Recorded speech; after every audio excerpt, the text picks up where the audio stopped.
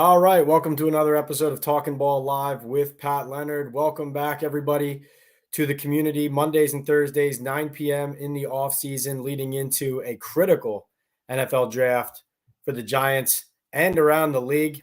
If you have some time on Friday, check out my newest episode of Talkin Ball with Pat Leonard. I had Dan Wiederer on. He is the Chicago Bears beat writer for the Chicago Tribune, an enterprise reporter as well. Been covering the Bears for a long time. A lot of misery out there in the Windy City, but a lot of excitement now because of Caleb Williams and the number 1 pick. The Bears actually have the number 9 pick also in this draft. So an embarrassment of riches suddenly for Ryan Poles, who of course was a finalist, one of the 3 finalists for the Giants GM job a couple years ago that Joe Schoen landed.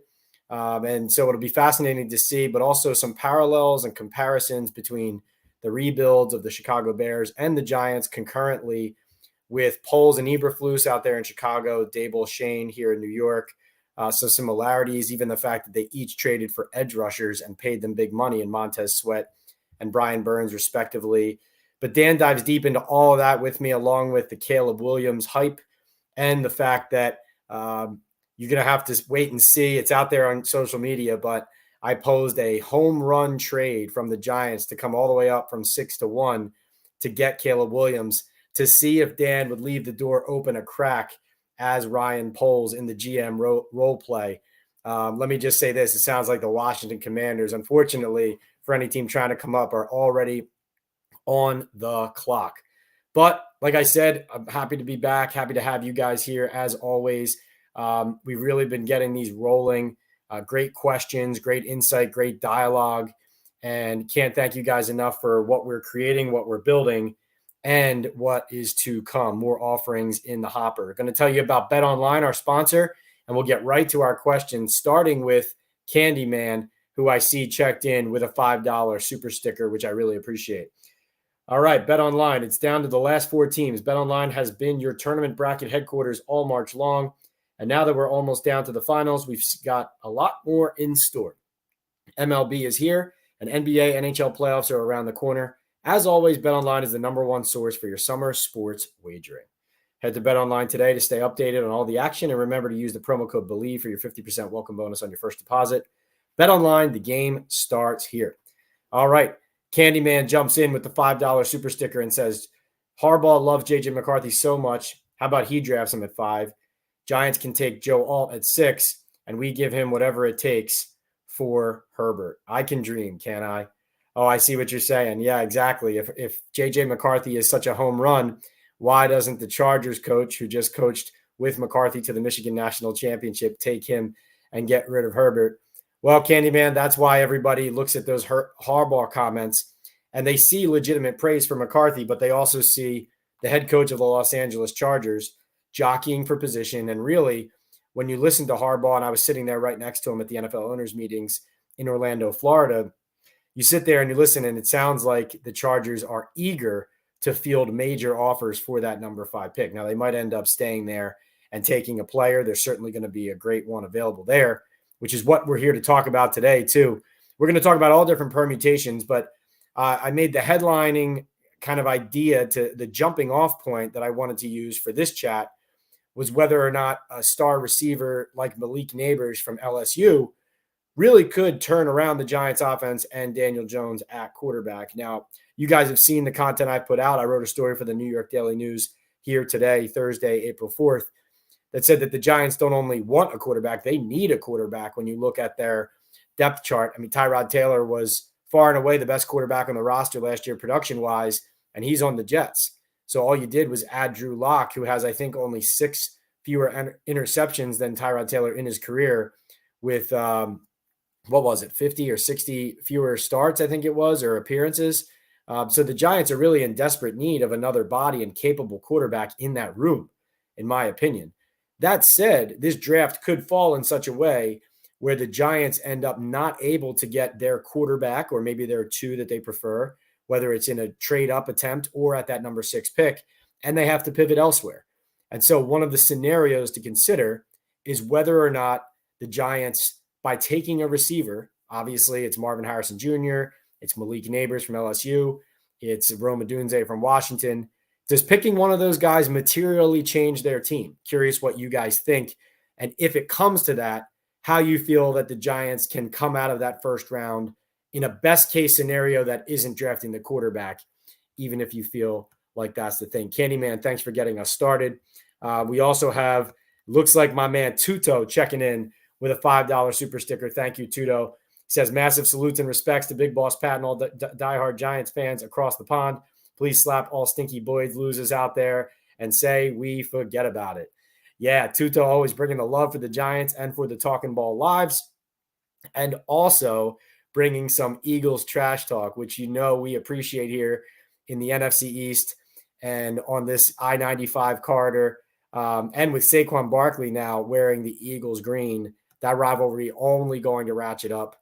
Thank you so much, Tuto, for supporting as always. So Jacob Petruzzi says, in these situations, who typically wins? Is it the coach or the GM? Does the owner typically make the final decision if there is a split on a pick?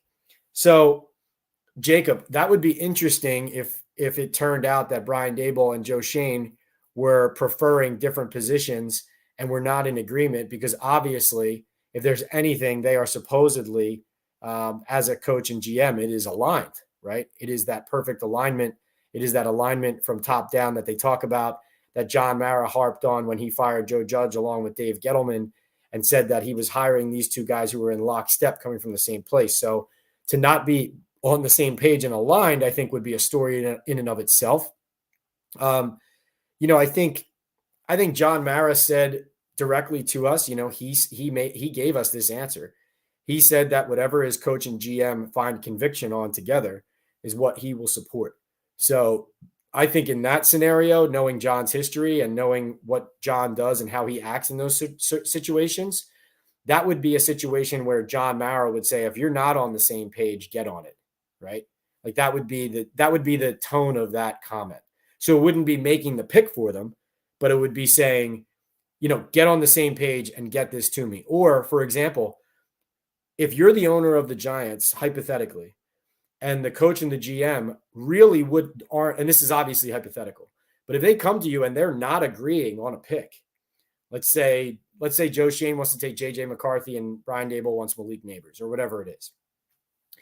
In that scenario, you're handing it to the owner to make the pick if you're bringing it to him that way, or if it gets back to him that way. So that's a dangerous way to operate, and I would not expect that that's the way that this is going to happen. Brian Boyle checks in with a $10 super sticker. Brian, thank you so much. Brian is, one of our day oneers here, along with, diehards like Tudo. And Brian, I really appreciate you checking in and supporting like that. Really valuable to me. And Brian also checks in all the time on the comments when I'm posting YouTube shorts, when I'm posting the podcast. I know you listen there, reading in the daily news. And Brian, thank you so much for saying that. Brian says with his super sticker, he says, Pat, forget about Shane. If you're making the pick, what are you going to do? Hey, Brian, that's a fair question.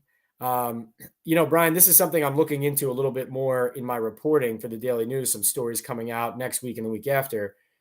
To me, I know they need a wide receiver, but if you're drafting a player on offense, to me, you need an offensive lineman as badly as you need anything. I know they sign guys, but you still need no lineman. Now, it still feels like tackle range is more like 11, 12, 13, 14, 15, rather than, the 6th overall pick where the Giants are picking, as far as the talent level of the tackles and also where they would be available. And you could trade back and get value if you went that way. But I just feel like they are so the Giants are so committed in this quarterback scouting search. Now that doesn't mean that they're definitely going to take one, the fact that they are so in on it, but they are doing so much aggressive homework on the QBs. They are clearly weighing all their options when it comes to the passers. Joe Schoen, it is already known that he has made the calls to the teams in the top 3. It's on record. It's fact that he has called around and said, is this pick for sale? What would it take? That he's making those phone calls to the Chicago Bears, Washington Commanders, New England Patriots. So if I'm the Giants GM, I look at this roster and I say, I need a quarterback above all else. That doesn't mean I'm just going to swing and take whatever QB is there available to me, but I'm going quarterback because I look at the depth chart and I see Daniel Jones, Drew Lock, and Tommy DeVito, and I don't see a team that is going to win many games. Now, you guys know as well as I do, this team needs a wide receiver, another tackle, another guard, a corner, probably another linebacker, a defensive tackle, a safety, right? A tight end. I mean, another running back. Like, this team needs a lot. So in no way when I say I would do this, am I ignoring any of those needs and those comments as well. But Brian, what I would do is I would take a quarterback. I would take a J.J. McCarthy, a Drake May, a Michael Penix Jr. If I can get him in the back half of the first or in the middle of the first, maybe you trade back and take a Michael Penix Jr. That could be an option, right? But I think the quarterback, they need to add a quarterback because the thing is, Brian Daboll and Joe Schoen, they're going into year 3. Saquon Barkley's now in the Eagles. If the Giants win 5 games this year and get blown out twice by the Eagles and also don't have a succession plan at quarterback in the building, what are we looking at? Right? I mean, think of it that way. And now, there's a part of me, Brian, that feels like I posed the question, would Malik Nabers turn the Giants and Daniel Jones around? I'm not sure there's any player at the top of this draft that you add to the Giants. And even if he's a home run, even if Malik Nabers is a home run, right? Is he going to mean 2 or 3 more wins for this team right away as a rookie? It's hard to envision that, given all the other holes on the team and on the roster, right? It wouldn't be his fault. It's just hard to envision that happening. So for Brian Daboll and Joe Schoen, especially for the coach, you have to look at this like if you don't bring in your quarterback now, you may never get him in, right? Now, it's always fair to say, well, they paid Daniel Jones, so they already made their pick, right? So that would also be a valid point. But if I'm Joe Schoen and Brian Daboll, I'm saying the clock's ticking here for me to get my own quarterback in this building if I want him. And this is the best group we've seen in years, and I got to go get him. Brian, thank you for the support. D. Kit, what's up?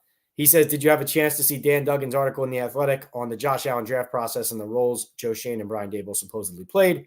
I found it interesting as it related to visits and private workouts. Yeah, D. Kit, it was interesting. To me, it was interesting that it felt like Brandon Beane delegated a lot to Joe Schoen and Brian Daboll in that process, whereas even though Brandon Brown, for example, was at the pro day for J.J. McCarthy and Joe Schoen was not, Joe Schoen hasn't delegated this process out. He is inundated and immersed in it. And Brandon Beane was immersed in the Bills process too. But I did find it fascinating how much delegation went on there in that process that Dan articulated. Was a good story. Go check it out. Dan does good work at The Athletic. Good guy too. And yeah, I think it was interesting. I think you see now Shea Tierney, Mike Kafka, Mike Groh, the receivers coach, Tim McDonald, Brandon Brown, Joe Schoen, Brian Daboll, all these guys involved in these processes. And really what D. Kit's referencing is, especially with the pro days, this idea that Brian Daboll would come to these private workouts and really test these guys. Instead of it being scheduled or scripted like a pro day, giving them things on the fly, having them, adjust on the fly. Okay, now we're doing a 7-step. Now we're doing a 5-step. Now we're doing play action. Now we're rolling to the left. And even giving them information this is what Dan Wiederer was telling me on my podcast about the Chicago Bears and the process with Caleb Williams. This idea that they see him at the NFL Combine, let's say, and they plant some information. Then they see him at the pro day and go out to dinner and they plant some more information. And then he comes and visit them at Hallis Hall, and you can kind of test him a little bit on what he has retained, what he remembers from those conversations, how he can apply it on the field while he's working out for you. So that's something that all these teams are working on. Thank you, D-Kit, for the support as well. Dan Mazzina asked, does Cody Rhodes finish the story at WrestleMania? Not my wheelhouse, the great Mandini there, Dan Mazzina, but thank you for the $2 super sticker there and for jumping into the chat. Appreciate you. And who do you have here? Daniel Saint, $5. Thank you so much, Daniel. Daniel says, great work. What's the plan at cornerback number 2? I think quarterbacks go 1, 2, 3 without considering moving out. I'm going to have a sip of my old fashioned. Cheers, everybody.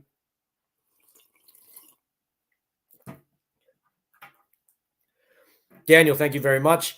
I think the plan at cornerback right now, the Giants do need to draft another corner. I believe, in my opinion, based on how this roster is constructed, this looks like a scenario for a team like the Giants to go bargain hunting on the veteran market. We're close enough to the draft now where usually you don't see signings like that happen until after the draft, if it's any kind of meaningful money. Now, if it's like a veteran minimum type thing, that could happen any day. But I think you're going to see a combination there, Daniel, of a draft pick and then a veteran addition as well. Because, listen, I like Banks a lot, but the Giants as a whole in the secondary are very inexperienced, and especially without McKinney, if Banks takes that next step, then he's your high-end talent in the secondary.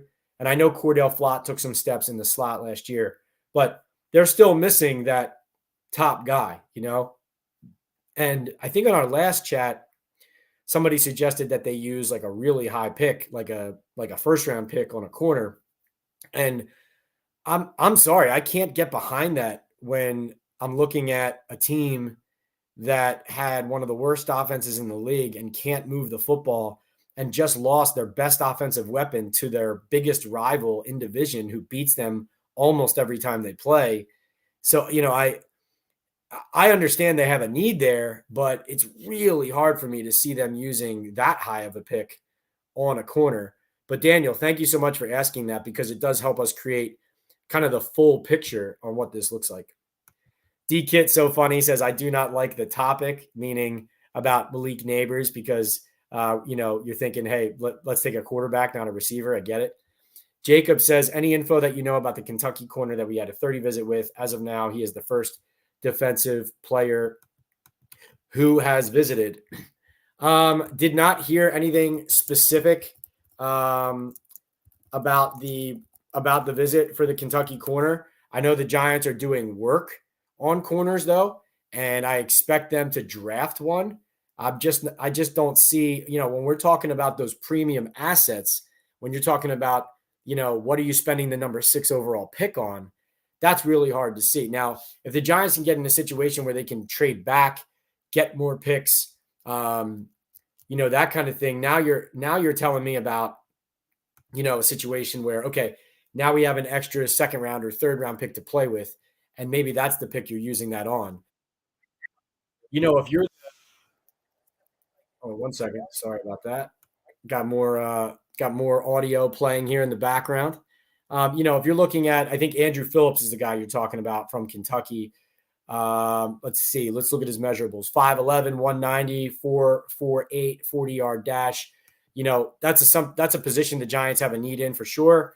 But premium assets on a player like that, you just drafted a corner in the first round last year. Interestingly enough, Joe Schoen, his first pick as the Giants GM was an edge rusher. Then his first round pick next year was a corner, right? I know he took Evan Neal a couple years ago at 7, but is he really going to go corner really high in this draft again, given what their offense looks like? You got an offensive head coach.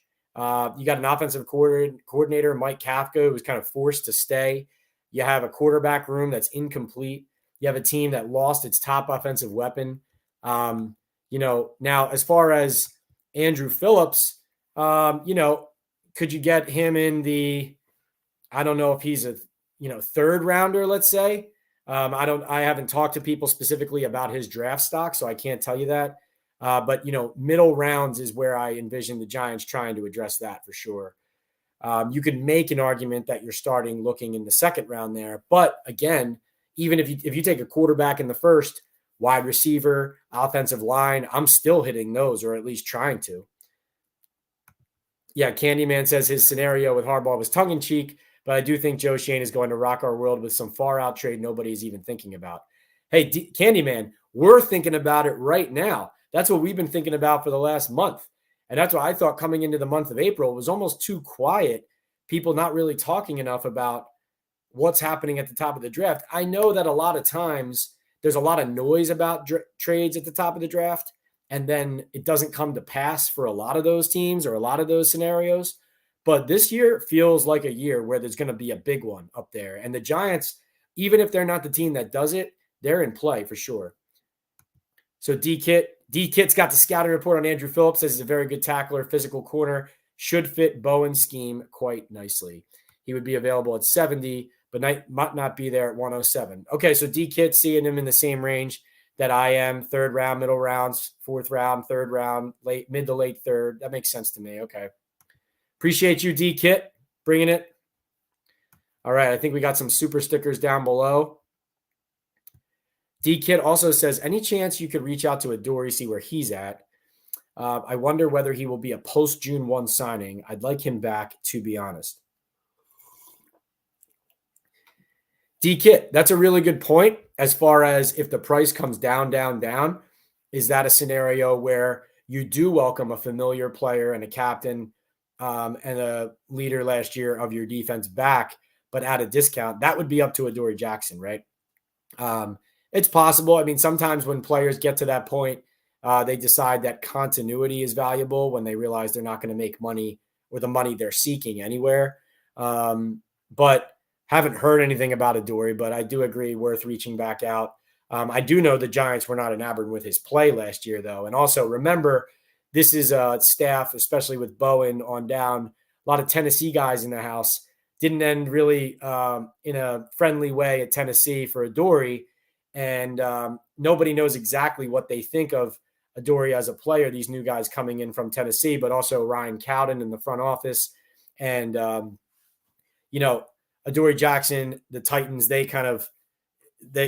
he was let go. They let him kind of test the market and head on to the Giants and Eagles. And remember that it was Giants and Eagles before the Giants signed him. That was a scenario. That's still part of the reason why I don't think it happens, but thanks for asking. All right. We got Christian H in the house. Thank you, Christian, for checking in and paying for the super chat, the super sticker. I appreciate you. Christian says, if the first 3 picks are Caleb Daniels and May, then let Minnesota trade the house for 4 and trade down if the Chargers don't start the run at wide receivers. What do you say, Pat?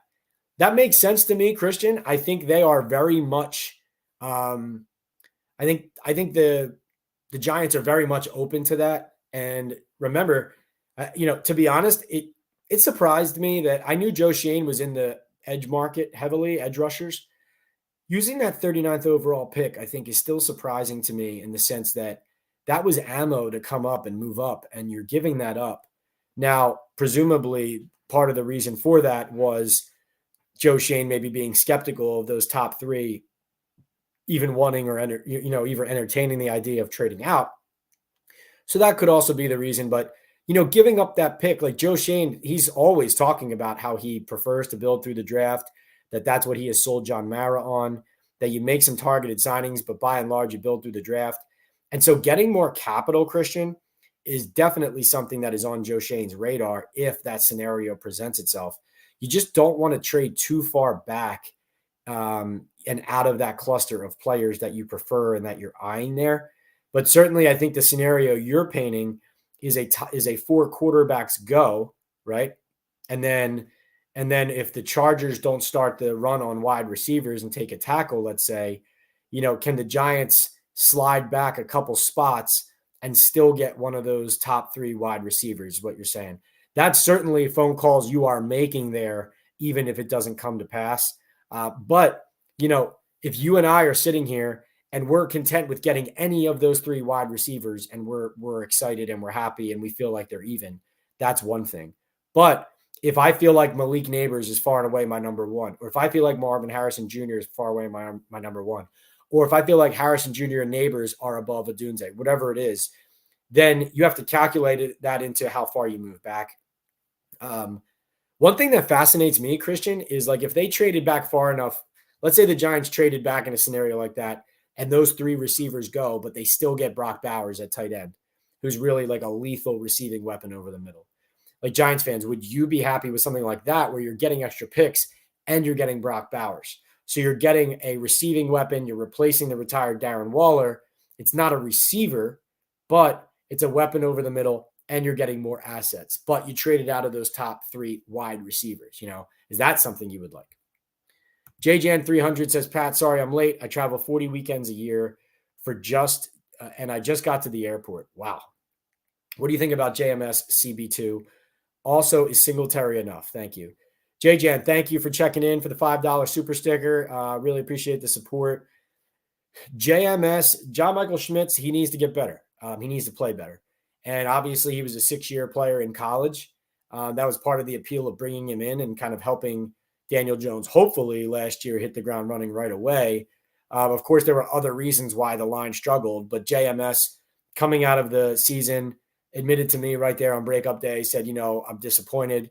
I wasn't happy with it, if I'm being honest, right? And there were things that he did well, no question about it. The Giants like him and still believe in him. But that's definitely a player in a position that needs to be better for the Giants, no matter who the quarterback is. And John Michael Schmitz is a worker. He knows that. He's committed to it. He takes it very seriously. So there's no concerns about him putting in the time and the work to get better. I would say that.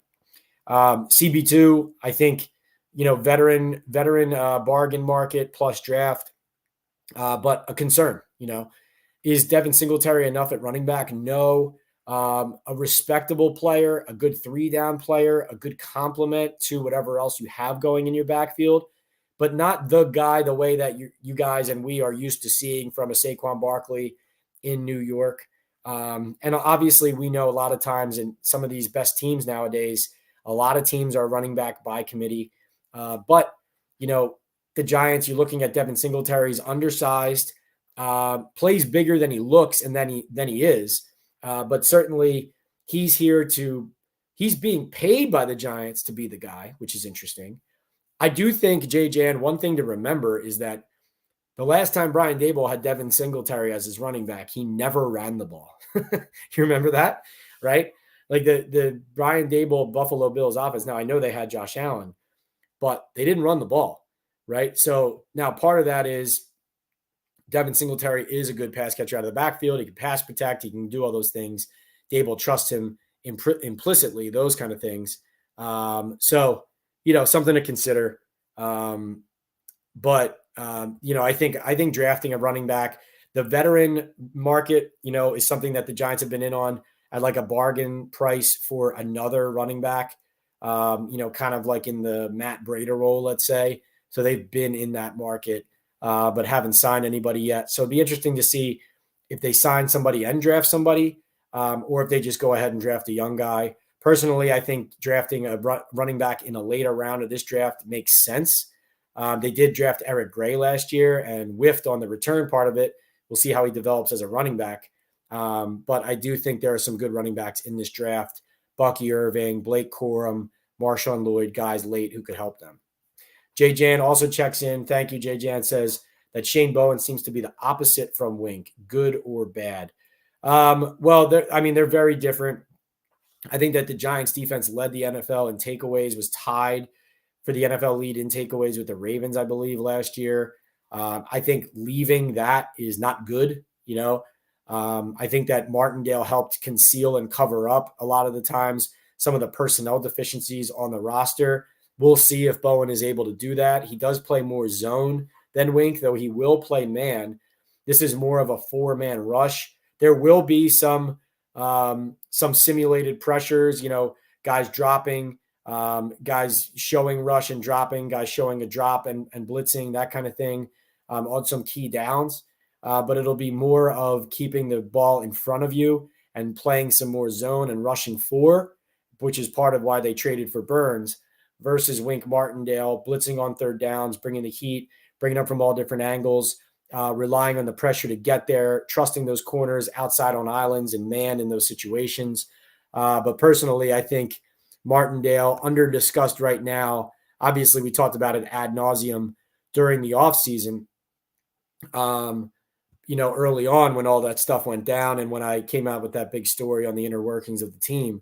But I do think as we get closer to and into the season, it's going to rear its head just how big of a loss he was.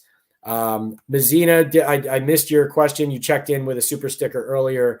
You did have a football question, not just a WrestleMania one. Dan said, do you have any insight about Canales with the Panthers? Should we expect more between them and the Giants? So Dave Canales, Panthers head coach, a little bit of a pivot here, but we do talk the full league. And I'm glad you asked about him, Dan. Dan is a Panthers fan, so we all have to feel very badly about him after they made that trade and gave the Bears this year's number 1 pick. I will say this, though, Dan. Canales, I spoke to him several times in Orlando down at the NFL owners meetings. Was impressive talking to him. Talked to him specifically about the new NFL kickoff rule. And right there in the hallway, like he was breaking down the schematics of how he might handle the new kickoff rule like it was on a whiteboard right there with his fingers lining up, counting the guys 1, 2, 3, 4, 5, 6 across the line, showing me how you could layer guys over for coverage in kind of trying to take away angles, discussing strategies on who to use as the kicker, how the returns would go, and really was a true coach. Like it was somebody who was willing to talk about football right then and there, like walking from getting a coffee or whatever it was. Also, the guy is pretty jacked. Looks like might be in better shape than some of his players. And so I think he clearly brings like a positive energy, Dan. And I think all the negatives that are going on with the Panthers right now, Canales seems like he could be a bright spot. So I was encouraged talking to him down there in Orlando. Another thing I would say is we still haven't heard definitively, but I think it's possible that I'm not sure if it's going to happen, but we know it's possible that the Giants could end up going to Germany to play the Panthers. Now, I did hear that the NFL wanted the Giants maybe to be the home team when they go to Germany. So that would mean waiting a year and not going this year, but maybe going next year and having a home game there versus being the road team against the Panthers. But also remember, if they play in Charlotte against the Panthers this year instead of Germany, then Brian Burns is going home. It's that homecoming, that revenge game, so to speak, going to his former team. So that's kind of the dominoes, that can fall both ways and create an interesting situation no matter where they end up playing either one. Thank you, Dan. Michael Knight, what's going on? Thanks for being here, Michael, as always. Another loyal follower. Joey B, what's going on? Intel says you can get good wide receivers in the 3rd round. Don't disagree. Draft a damn quarterback, he says. I'm with you. Hunter Keller, what's up, Hunter? He says, what's up, Pat? Been at a friend's house all week. Haven't seen anything really football related other than the Diggs stuff. Yeah, what do you guys think? What do you guys think about the Stefon Diggs trade? Did you look at that and say, why weren't the Giants in on that? Or let's say, why didn't the Giants try to trade for Diggs instead of Burns? Or are you okay with that? Like he's an older player, some drama, and let the Texans have him. What do you think of that? I did think, Hunter, it was interesting to see that Adam Schefter's tack-on report today, as we speak here on April 4th, that the Texans eliminated the last 3 years of Stefon Diggs' contract. And so they're not locked in to the rest of his deal, but they added a little bit more guaranteed money to this year. So he is going to have incentive to play big time this year to earn a new payday as a free agent. So the player gets back to free agency. Very fascinating. Don't often see that stuff. D-Kit, yeah, this is so funny. He said that Dan Wiederer from the Chicago Tribune was way too giddy and happy for my liking. D-Kit, I think, are you saying way too giddy because the Bears are in a more positive spot and a kind of an upward trajectory, or just too much optimism in football talk? Man, you've been around me too long, man. I guess that's part of the reason. No, but Dan's a really good guy. And also, I was just blown away by how many stats he had on at his fingertips to explain whether it was the Bears' futility or their need at quarterback or how long it's been since they've had this and how much they need to get here. And just a lot of historical context to that organization. And, I love having other beat writers and other columnists on around the league because even though I cover the NFL, I'm close to the Giants. And so I know a lot of, things inside the Giants that I might not know about some of these other teams. And conversely, you talked to Dan about the Bears, as much as I know about the Bears from sources I have, this guy is an expert. I mean, he could have talked about it for 24 hours and not repeated something twice, So fascinating stuff, but very, very funny insight there, D-Kit. Let's see. Intel says, sipping the old fashioned again, who is going to drop the ball to Nabers? Right, exactly. No, that's how I feel too. Like, are we really saying that crossing your fingers that Daniel Jones is going to stay healthy or Drew Lock is the Giants quarterback plan this year? That doesn't make any sense. Joey B says, so what do we think they're going to do, Pat? Seriously. I think they're trying to get a quarterback. That's what I think. Jacob says, when owners look at firing a GM or coach, does the success of who got hired the same cycle come into play at all? Jacob, no, in the sense that you're really evaluating everything you've seen inside your own doors. So it's not just the record versus the other teams that got hired in those cycles. And that's part of the evaluation for sure, that you're looking around and you're revisiting and you're kind of, that's something Joe Shane actually does a lot. So if Brian Daboll entering the hot seat this year, when things come around this coming year, if Joe Shane ends up being safe and Brian Daboll's on the hot seat, that's the process that Joe Shane goes through, looking back at the original process of, okay, here's how we hired the head coach. How did it go? And that's something John Mara, the Giants, would do too. But, I think, Jacob, even though that's not the deciding factor when it comes to those decisions, it doesn't help if you are struggling or failing to win still and show significant progress in year 3, and a team like the Chicago Bears, like, for example, after this draft, after this season, if Caleb Williams is even 3/4 of what he's supposed to be, and the Bears end up winning 9, 10, 11 games, right? And in an NFC North that has the Packers and the Lions now, the Lions looking really really kind of strong and still on the up and up, and the Packers showing some progress already coming out of that QB transition from Rodgers to Jordan Love. Now if you're John Mara, if you're an owner looking at Brian Daboll and Joe Shane, if year 3 doesn't go well, that does become a point of frustration, right? It's not the deciding factor why they lose a job, but it certainly doesn't help them if they're teetering on the fence.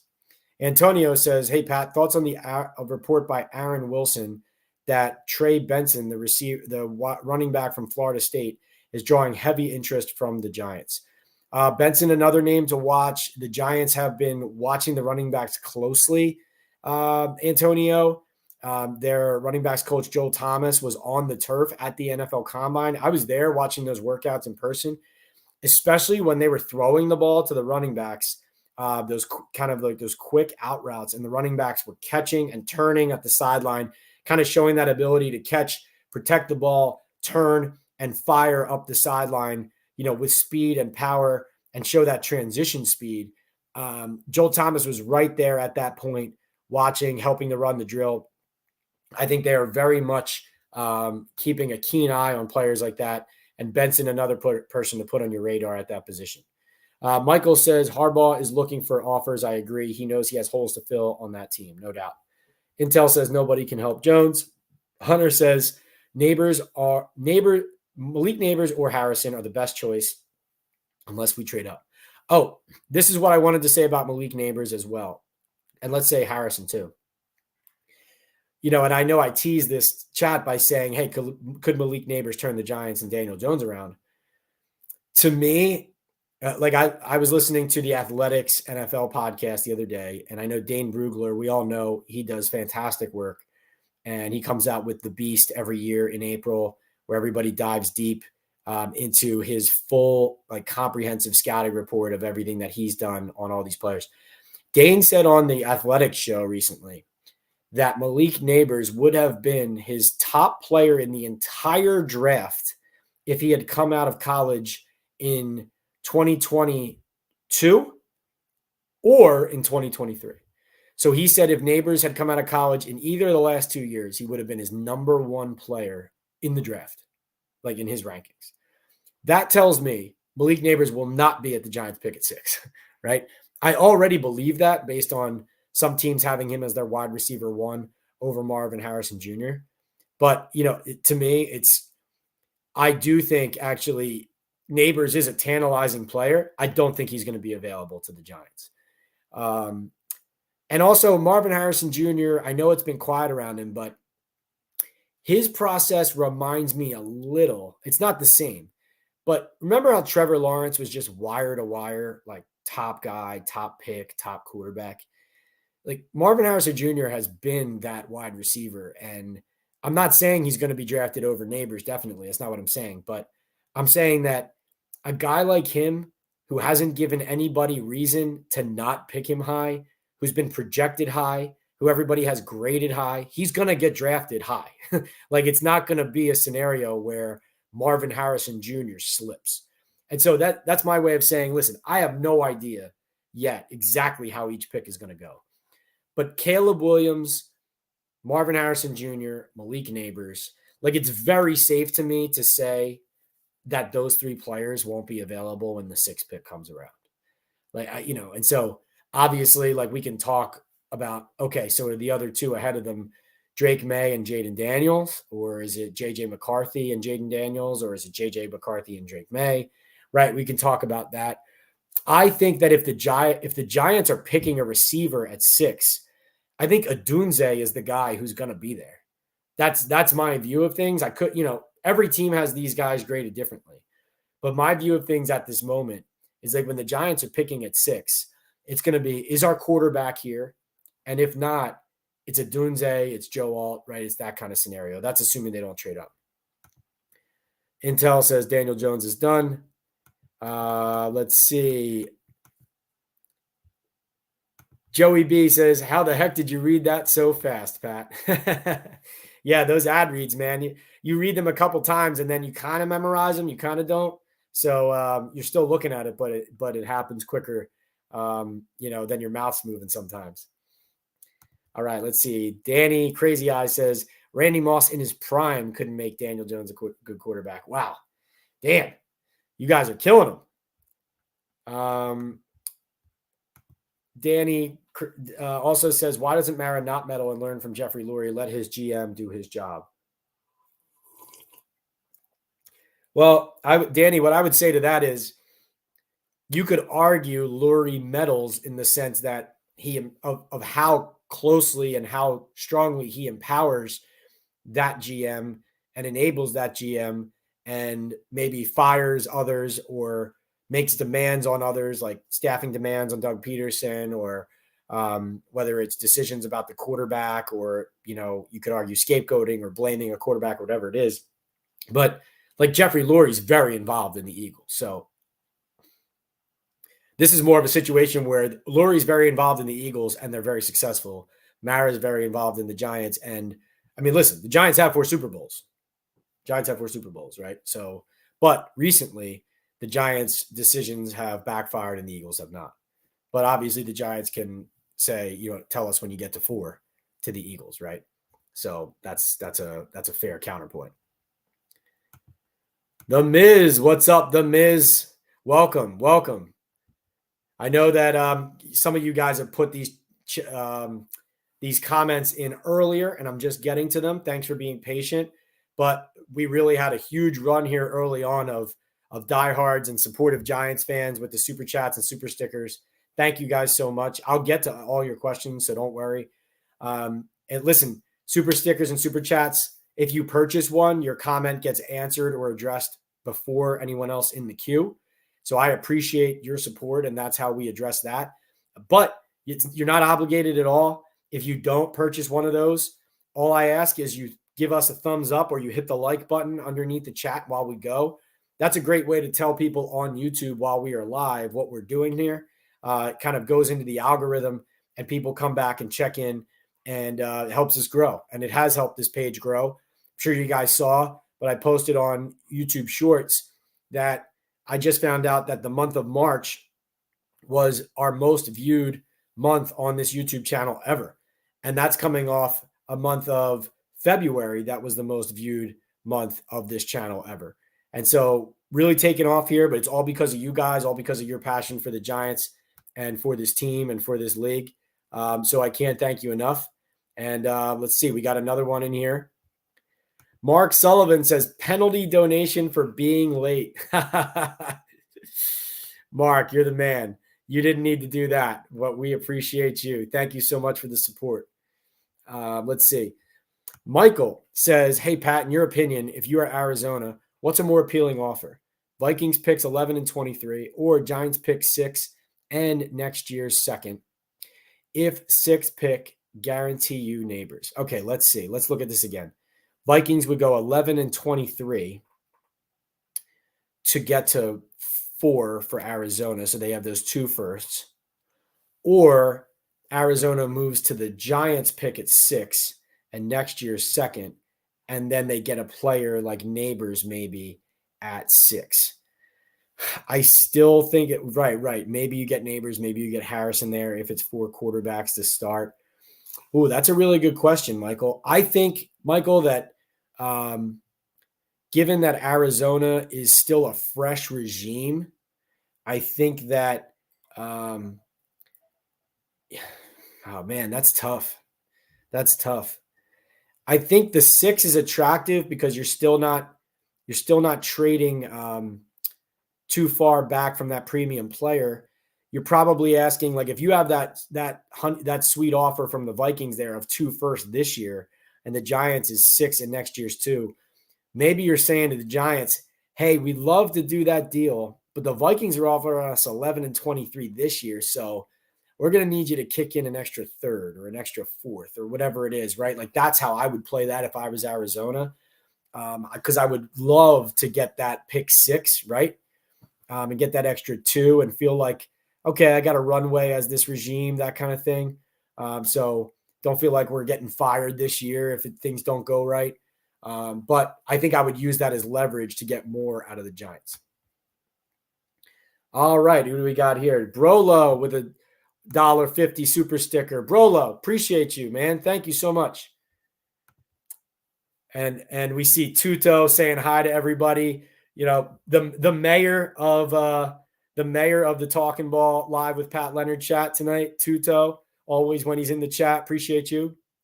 D-Kit says, no quarterback equals another season of ineptitude unless the Giants trade out of 6, accumulate more top 100 picks, and hit significantly improving the roster. Yeah, D-Kit, I can't look at this roster in this quarterback room and say with a straight face that they're not going to take a QB. It doesn't make any sense to me. Miz says, good stuff. I've been on Drake May to Giants forever. He's the guy they 100% want. Yeah, it'll be interesting to see. Doing a lot of digging on that throughout this month. Miz, I think it's a possibility that Drake May could end up being the guy. But, of course, Drake May is another guy who now some people, when they evaluate him, they see some holes in his game. They don't see the top 2 pick that some other people see. But he's another guy who, from the get-go, everyone is projected as this guy's going to be a top 2 pick. This guy's going to be top 3 at most, right? Usually when you hear those things from 2 years out, it happens. Like, we go back to Harrison. Marvin Harrison Jr., the last 2 seasons, he's had 1,200 yards and 14 touchdowns each of the last 2 years. Like, guys who do stuff like this, like, they just go. They just go early because that's the way people have been talking about him. So Drake May could be that at quarterback too, Miz. Jonathan says, Tuto, can we borrow Tommaso Menoncello? We have a new kickoff play this season he would be perfect for. The Chiefs already signed Lee Rees-Zammit for this exact reason. Good call. Yeah, and that was some of the strategy I was talking to Canales from the Panthers about as well. Good comment there. Good comment there from Jonathan Studios there. D-Kit says, sounds to me, Pat, that you are punting on Evan Neal. I do think he's getting a legit early shot, D-Kit, but I just think in the end, there's a good chance Illuminor is going to be the starting right tackle for the Giants this season, even if Neal starts competing there. The Giants certainly don't want to punt on Neal, but D-Kit, this is something too, like I've been thinking and talking to people about this a lot. They signed Jermaine Illuminor to be some insurance at tackle and some competition at tackle and at guard as well. Now, let's say, because Joe Shane has alluded several times when he mentions Illuminor, he talks about how Andrew Thomas got hurt last year and the Giants really suffered because of that. They didn't have anything behind him. Obviously, that was their fault. But if you got Illuminor for that purpose, but now you're starting right tackle, Evan Neal doesn't make you feel any better about Andrew Thomas getting hurt. He can't go play left tackle. So who's your backup tackle, right? If Illuminor is one of your better linemen, he's not your backup swing tackle. He's playing. Now, maybe he's starting at guard, and then you're kicking him out to tackle if one of those guys gets hurt, right? That is the scenario most likely, right? So maybe you have a scenario where it's like, he's the left guard and John Runyon Jr. is the right guard and Evan Neal's the right tackle, Andrew Thomas the left tackle, Schmidt's the center. And then if Thomas gets hurt, Illuminor goes to left tackle, let's say. But frankly, like, it would not shock me if Illuminor ends up winning the right tackle job or replacing him at some point.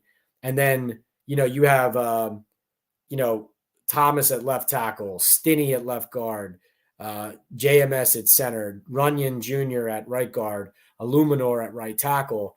Does Evan Neal end up competing and winning a guard spot, or does he end up being a backup, right? Or do you draft a guard in the second round and you're grooming that guy for one of those starting jobs and also to support that as well?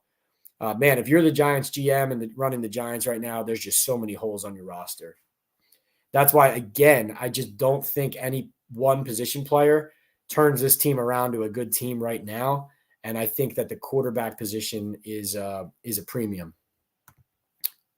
Hunter says, Joe can't afford to pick a lineman at 6. If that guy doesn't pan out, he will never get a GM job again. Would be 2 failed linemen in 3 years. Interesting perspective there, Hunter. Though that's true from a self-preservation standpoint. That's a really good point.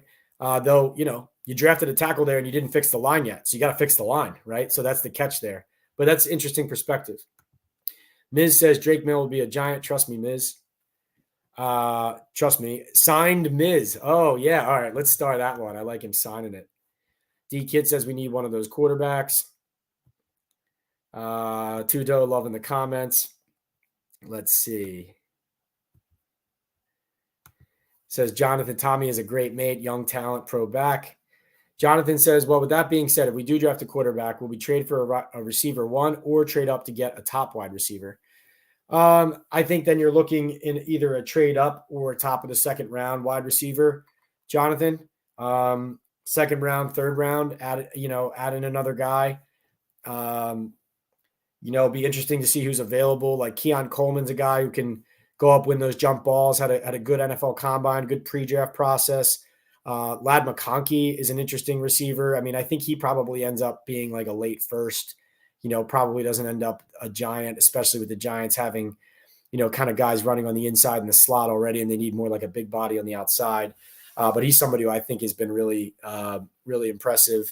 But there's some good athletes at the position. In a trade back, let's say, if you trade back and get more assets up top in the first round as the Giants, then you can certainly make an argument for getting a quarterback and a receiver. Brian Thomas Jr. From LSU has been an interesting player to watch in the pre-draft, also going to go in the first round. So those are things to take a look at. Let's see. Mark checks in again. Thank you, Mark, for the super sticker again. He says, if the G-men don't get a quarterback, do you think it would change their approach to winning meaningless games if 2024 was over by our usual mid-October? Mark, good question. I mean, listen, it would be really tough for John Mara to suddenly, especially this late in the game, to suddenly say he's okay with tanking. That's kind of like his MO, is standing for the integrity of the league and saying that, especially because he in large part helps represent the league. So it's something, especially the Giants as a landmark franchise, and John Mara with how close he is to, being on the board and, helping the league, like essentially run and make key decisions on rules and try to protect the integrity of the game year in and year out. It's just not something that his team can do. And certainly that's part of, I think, the reason why he is so vocal about it. But absolutely, I think you make a really good point, which is that, man, oh man, does it not help that the Giants won a few games down the stretch last season. And the Giants clearly know that. I mean, you look at how this draft is shaping up and where they could be versus where they are. And It's one of those things is probably worth not thinking too much about if you're Joe Shane and Brian Daboll, because it'd drive you crazy.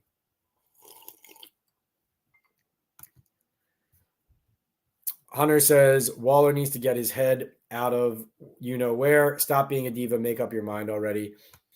I don't really think he's being a diva, Hunter. I think Darren is a person who has lived his own life, been through a lot. I think he's thoughtful, and I think it's fair to respect where he is. From a mental and emotional standpoint. I think very clearly, like, you can't operate as if he's coming back if you're the Giants, though. It is interesting that at this point, it just hasn't been decided and discussed and talked about and put to bed. But more than likely, it's kind of known already, and we just haven't heard about it yet. And he wants to announce it on his own time, is my guess. But, we'll see.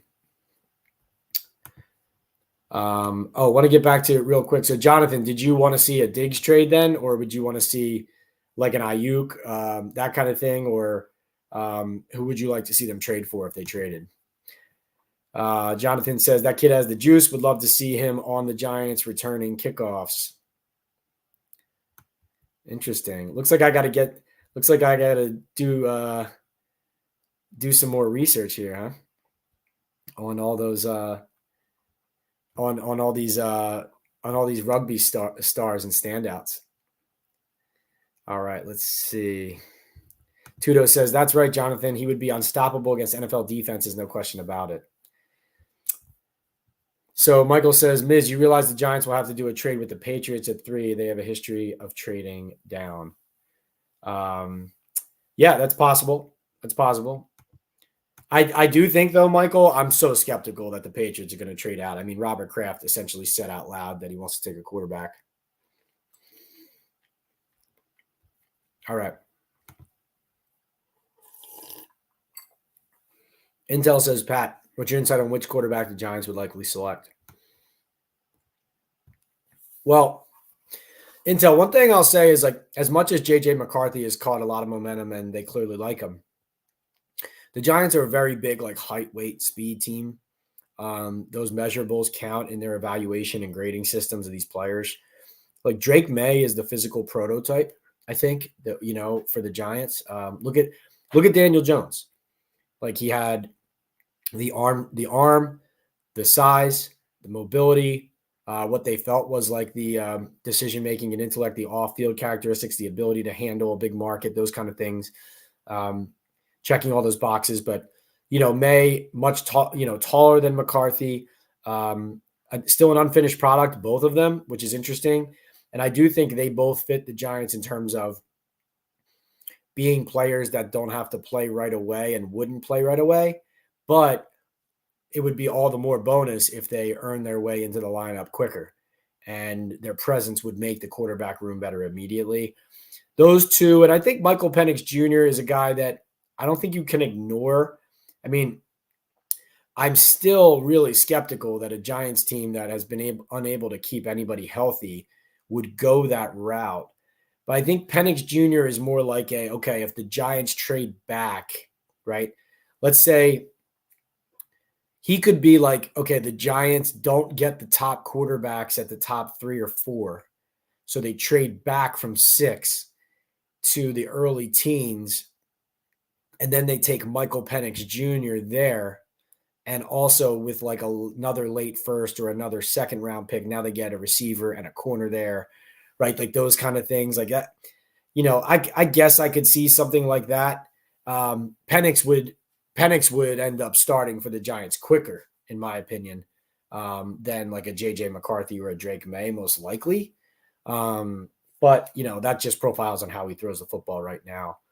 I think May and McCarthy are my leading candidates right now. It really comes down to, is Minnesota going to charge up? If not, will the Giants charge up? If not, will the Patriots draft Drake May? I don't think McCarthy is a top 3 pick. But Jaden Daniels to Washington, maybe that's a lot of noise, and turns out the McCarthy stuff isn't just smoke. But that's how I feel right now is, May in that 6 range, maybe McCarthy in that 6 range, maybe McCarthy a little later in a trade back, maybe Michael Penix Jr. a little later in a trade back. The trade up, to me, the Giants aren't going to reveal to anybody if they're going to trade up who they're going to trade up for, in that spot, right? So it's going to be hard to nail down, right? Especially because Joe Schoen, as he's really said, like he's not going to make a trade like that, most likely, even if he does, until much closer to the draft. And so, I think the trade up would be probably for either of those two guys, May and McCarthy, depending on how that final grade comes out and then what the competition for that player looked like and where they felt like they could get them or not, right? Yeah, Brolo, appreciate you. Thank you. Mark Sullivan says, always bet on a quarterback pick who looks the most like Eli. Right, and who knows Eli, right? Eli, that's a couple more points. Tuto says, Pat, Jonathan was referring to Tommaso Menoncello earlier, Italian back, rugby national team player, young, strong, very quick, unstoppable. Thank you, Tuto. You could tell I was unfamiliar. So, Tuto, is he available? Like, let's go. I mean, can we do this? Like, are we signing a guy to the Giants tonight here? Like, should I text Joe Schoen and tell him that that Jonathan and Tuto have a guy that he's got to go to Italy to work out? Can I come to Italy for his workout, more importantly?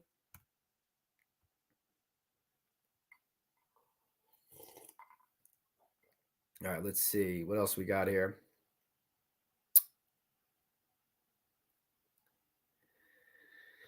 All right. No Mets, no Jets, no Nets. What's going on? Good to see you. Hunter says, why not bring Adoree back if the price is right? Yeah, no, I kind of went into that. But I don't know. I mean, if the price is right, yeah, maybe you could always say maybe to anything if it's costing the team nothing. Would Adoree do that? I know the Giants weren't high on how he played last year, so we'll see. Jacob says, how long until plans start coming out? Like the Giants are focused on a quarterback, et cetera. Well, I mean, Jacob, at this point, they're focused on quarterbacks. It's just a question right now of whether they can get one or whether there are guys there or whatever it is. I mean, they're so focused on quarterbacks. I mean, let's be honest here. Now you're talking about as far as though, like, will it leak who they're going to pick? I mean, they're gonna button up really closely. I mean, they were running around the building hunting for leaks. The month of December. When all of that happened with Dable and Martindale and the Jay Glazer report came out and all that, they're very sensitive to information getting out. You saw Joe Schoen saying at the owners' meetings, like he was kind of frustrated at the fact that people thought they knew what the Giants were thinking, right? So they're going to do all they can to keep it out, to keep it from getting out, to keep the circle tight, right? So I do think Joe Schoen means what he says when he says that, like, it's not going to happen until the second, third week of April if trades happen up there. Like that was his feeling. So I think, like, we sit here now on April 4th. I think we get into next week. Now teams are sitting in those meeting rooms, having those conversations, gathering all their information in one place, dotting their I's, crossing their T's, and really figuring out if their evaluations are complete, if there's one extra or two extra things they need to add before they kind of tie a bow on it. And that's when the action and the activity starts to ramp up, if it's going to happen. So I think once we get into the second week of April here, then it becomes higher alert. That's what I would say.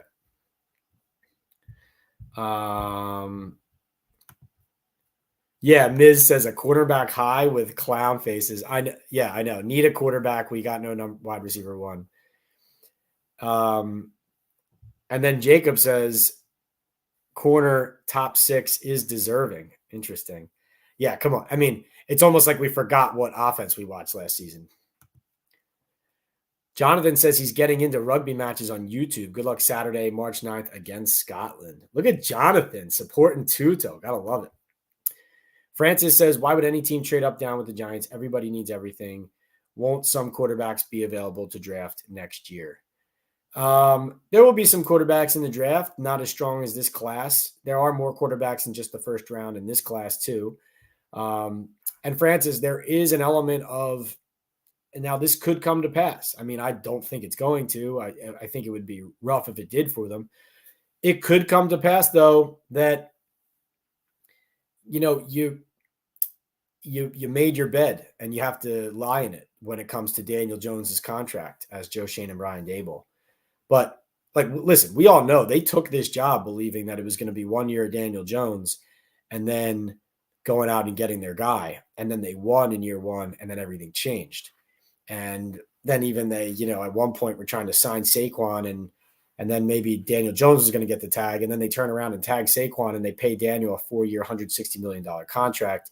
And who was coming after him, right? So, but Francis, to your point, that is one, and that's why I started out this chat with, hey, what if they get a wide receiver? Could that turn them around? Because it is a possibility that the Giants end up in a scenario where Daniel Jones is the guy they paid. He's the guy they're counting on to get healthy this year. They have Drew Lock just in case he doesn't. And they're going to give him one last ride because they paid him to be that. And that was a decision they made with conviction last year. So if I'm a Giants fan, I don't want to see that. I don't want to watch that. I don't want to cross my fingers and hope that works out. But it's not out of the question, Francis, that's a possibility. Obviously, Shadur Sanders and Dion, that'll be a whole deal next year as far as him turning down teams apparently and picking where he wants to draft and pulling an Eli Manning, as they say. Anthony Manor says, Pat, you just said the team has many holes. How can you justify using picks to move up in the draft for a quarterback and still have a competitive roster? Yeah, Anthony, I guess the way I come down on it is you're not going to pay whatever. You got to negotiate. There's got to be a point where you're going to walk away and say that's too expensive. But to me, the hole at quarterback is the biggest one. And the hole at quarterback of the future and even maybe quarterback of the present, right? Like that's how I look at it. I mean, we don't know how Daniel Jones is going to look when he gets healthy. We don't know when he's going to be healthy. Is Drew Lock going to win you more than 4 games if he has to start for you this season? Is Daniel Jones, Drew Lock combination going to win you more than 5 or 6 games this year? And then what does it look like for Brian Daboll? You just had almost basically, like 65% of your coaching staff leave or get fired. So he's going to win 4 or 5 games and keep his job after year 3. And what does it look like for Joe Schoen if it goes really poorly? And Saquon Barkley, is running all over them as an eagle. Anthony, I'm not pretending it's an easy decision. And I'm certainly not saying that you use all these picks and then you have no room to improve any of those spots. I'm just saying you're talking about next year's picks. You're including maybe potential players on your roster if you have to. You're finding out the right permutation and the right way to make it work to try and get your guy. That doesn't mean getting any quarterback, but it means getting your guy if you can. But Anthony, like we've talked about this on this chat before, the Giants are in a really difficult position. Like it's very easy to make an argument for several things being the right answer.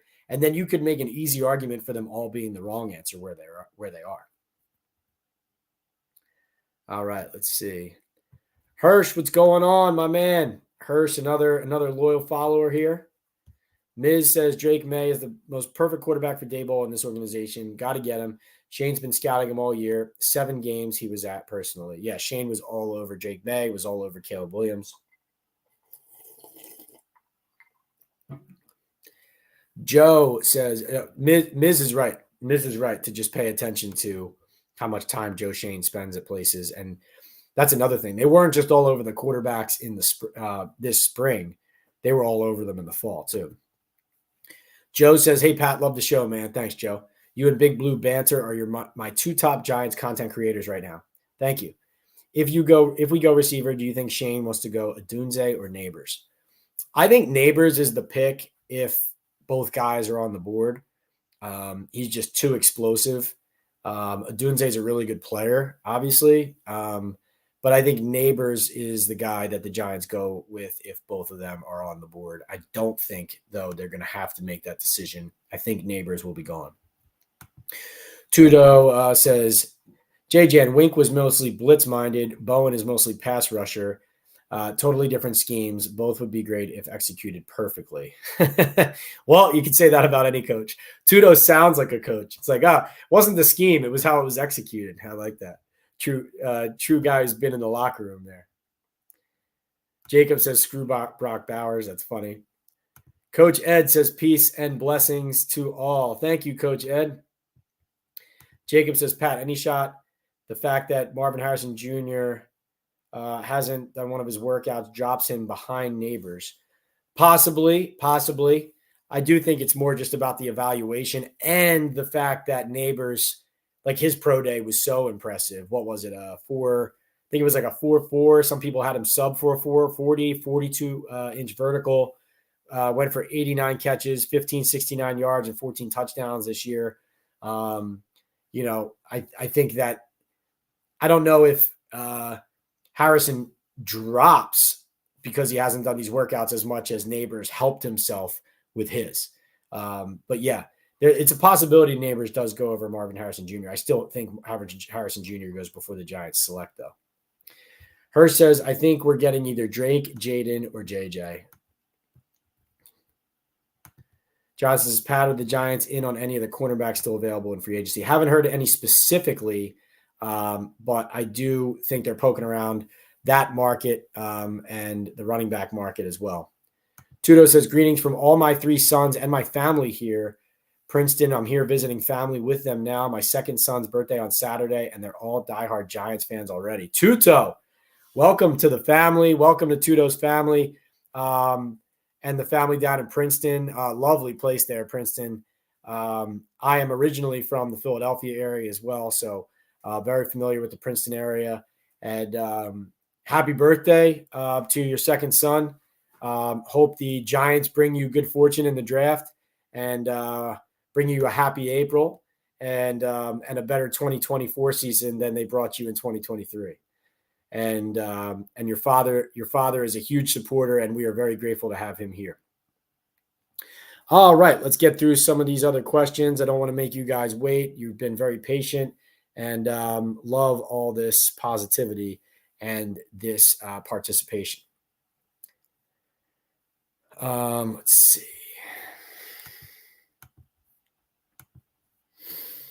What do we got? Remember, guys, we are sponsored by Bet Online, also by Estate 98 Coffee. It's an Essencia Day Cafe from El Salvador. Dates back to 1798. I drink it all the time when I'm doing the Talkin Ball podcast, so check that out as well. They're on TikTok. Drink Estate 98 or Estate 98. Those are things to keep an eye on. So let's get to next questions. Remember, you can follow me on Twitter or X, PLeonardNYDN. Also on Instagram, YouTube, TikTok, Threads, PL on NFL, New York Daily News website, and the Talkin Ball with Pat Leonard podcast on the Believe Network. I'm on Apple, Spotify, wherever you get your podcasts, and on the YouTube channel in video form. Okay. Let's see. Coach Ed says, Pat, thoughts on Max Melton. So Max Melton is the corner from Rutgers. He was, I believe, at the Giants local pro day today from Mays Landing, New Jersey. And, very good player. Another guy to keep an eye on. Local ties. Pretty significant prospect in this draft. Believe he ran a pretty blazing 40. Yeah, he ran a 4.39 at the combine. And let's see, what did he do? He was honorable mention All Big Ten. Led the Scarlet Knights with 3 interceptions last season. Started 12 games, and has a lot of standout athletes in his family. His brother Bo played receiver at Rutgers and is on the Green Bay Packers at the moment. And his father Gary played wide receiver and running back at Rutgers. His mom also played basketball at Rutgers. So a lot of athleticism in that bloodstream there. And certainly the Giants taking a closer look at him at the pro day, a guy that you'd have to get probably higher in the draft than you would be taking the kid from Kentucky. So is that second and third round versus third or fourth round? Let's see. Jacob says, does the non-impact of guys like Pitts change a GM's idea of drafting a tight end as high as some or projecting Bowers? Well, Kyle Pitts was an interesting scenario because not only was he like a really strong receiving tight end, but the way he was built was very much like a wide receiver and not like a tight end. So, overlooking there when you're the Atlanta Falcons that he's kind of a one-trick pony. Like you're not using him efficiently and effectively as a blocker. You're essentially drafting a wide receiver. So why not just take a wide out versus a tight end? Now, in fairness, maybe you can create some mismatches with that tight end and that athleticism at that position. But when a guy's on the field and you know what's coming because he's on the field, that doesn't necessarily help you either. I think Sam Laporta being drafted by the Lions at the top of the second round, though, like that's something that sticks out to you as I know it's not, top 10, but man, you look at the difference that Sam Laporta made on that team and look at how Brock Bowers has played in college and how he's produced and the difference he might make on an offense could be, just as significant, if not more than Laporta in year one, then I think it's fair to make an argument that he's a first round pick and that as a team, you'd feel comfortable taking him. Now, obviously Michael Mayer didn't have the same, rookie season that Laporta did with the Raiders. A Dalton Kincaid was a first round pick for Buffalo last year. Good player, didn't have the season Laporta had. So hit or miss like any position, but I do think Laporta is a good example how in the right situation, getting a well-rounded tight end, a tough guy who can receive and has good hands and can be a red zone threat. I mean, that can be a huge, huge, huge asset.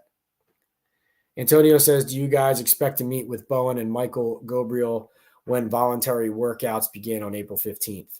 Yes, I do. I do believe we are going to speak.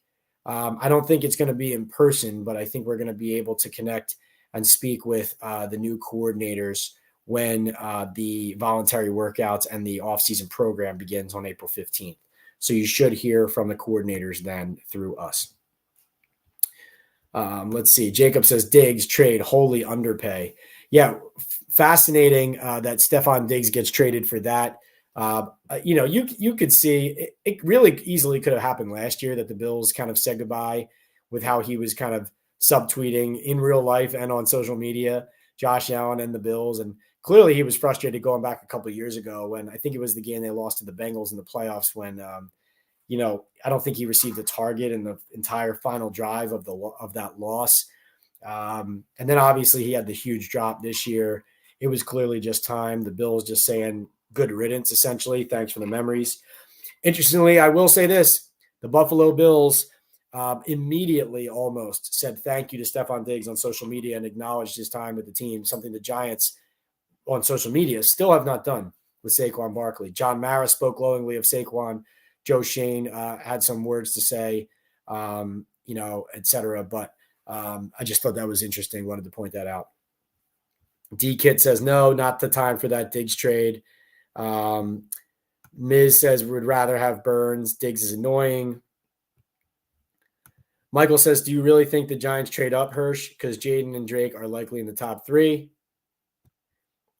D-Kit says, Dan was like a kid the night before Christmas. Well, you have to remember, D-Kit, and let me take another sip of the old-fashioned here. Basically finished that bad boy. D-Kit, you have to understand, like, Chicago has been running on Caleb Williams adrenaline for months now, and it's ramped up so aggressively recently, especially. And they really just got through a month where, like, the questions of, will he really want to play here? Are the Bears completely sold that he can handle Chicago?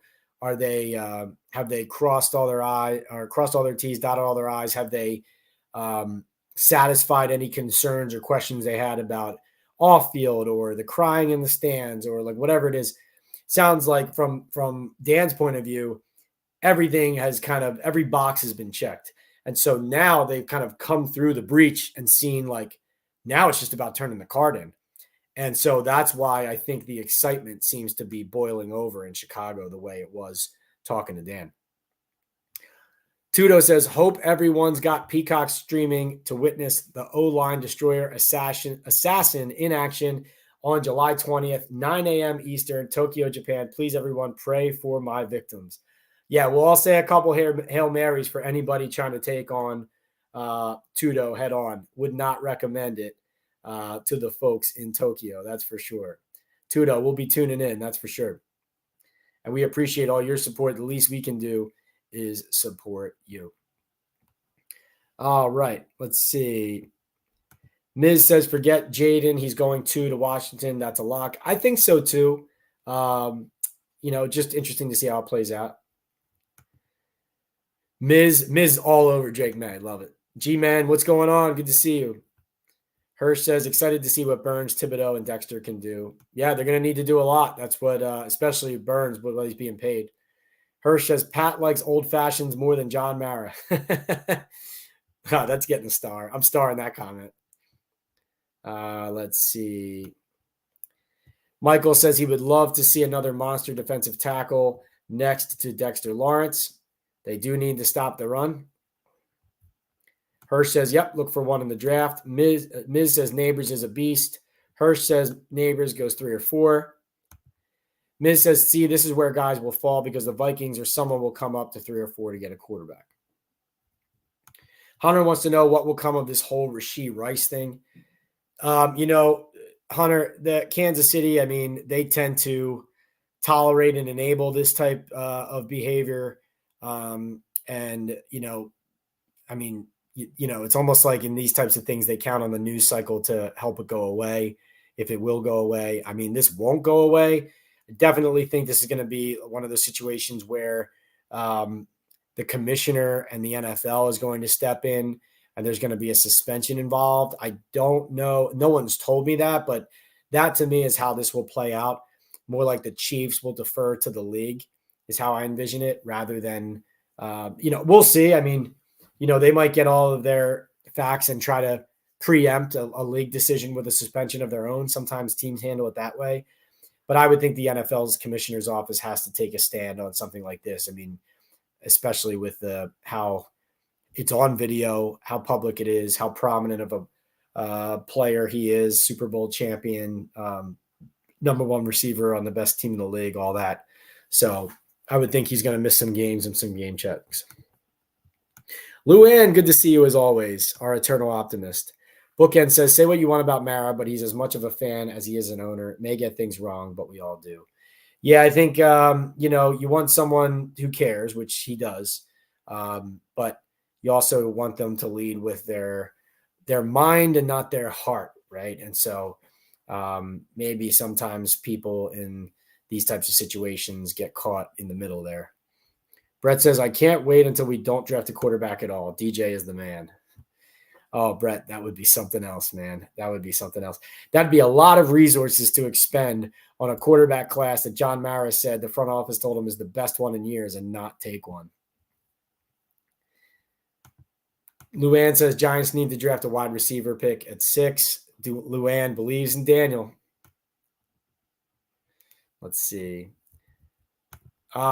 Francis says, congrats on your channel's growth. Thank you, Francis. It's all because of you guys. All because of you guys. Thank you.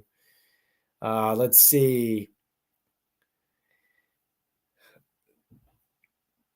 Tuto says, Coach Ed, you should come on the show and share your opinions, boss. Coach Ed says, thanks, Tuto. No one wants to hear from this old fuddy-duddy. No, stop it, Coach Ed. We want your input. Francis says, but if O-line performance is subpar, then what does a new great quarterback matter? Well, Francis, it's been a long time clearly since you've seen a great quarterback because great quarterbacks make offensive lines look better. That's just the bottom line. I mean, Mahomes' tackles weren't very good this year. Do you remember that, right?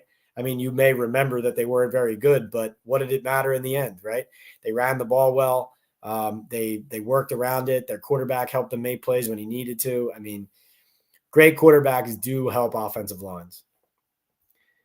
Evan Neal might be able to play guard, but, there's even some skepticism of whether he could do that. I know he did it in college. We'll see. Let's see. H5000 says, what happens if the O-line is rated 25th or worse, gives up 60-plus sacks, and the Giants go 7-10? What happens to Joe Shane? That, to me, that's my opinion. My opinion, H5000. Because that would just be like you're completely unable to fix this position group that was obvious from the get-go you had to fix immediately. That's my opinion. The Giants are obviously much more frequently more patient with a general manager than they are than they are a head coach. But in the scenario you just painted, that's hard to see. Tudo says, Coach Ed, we all want to hear the Giants legend, mate. Whoever doesn't want to hear from you can leave. Doors are wide open and kick behind it. And a kick behind it, right? Let's see. What else do we got here?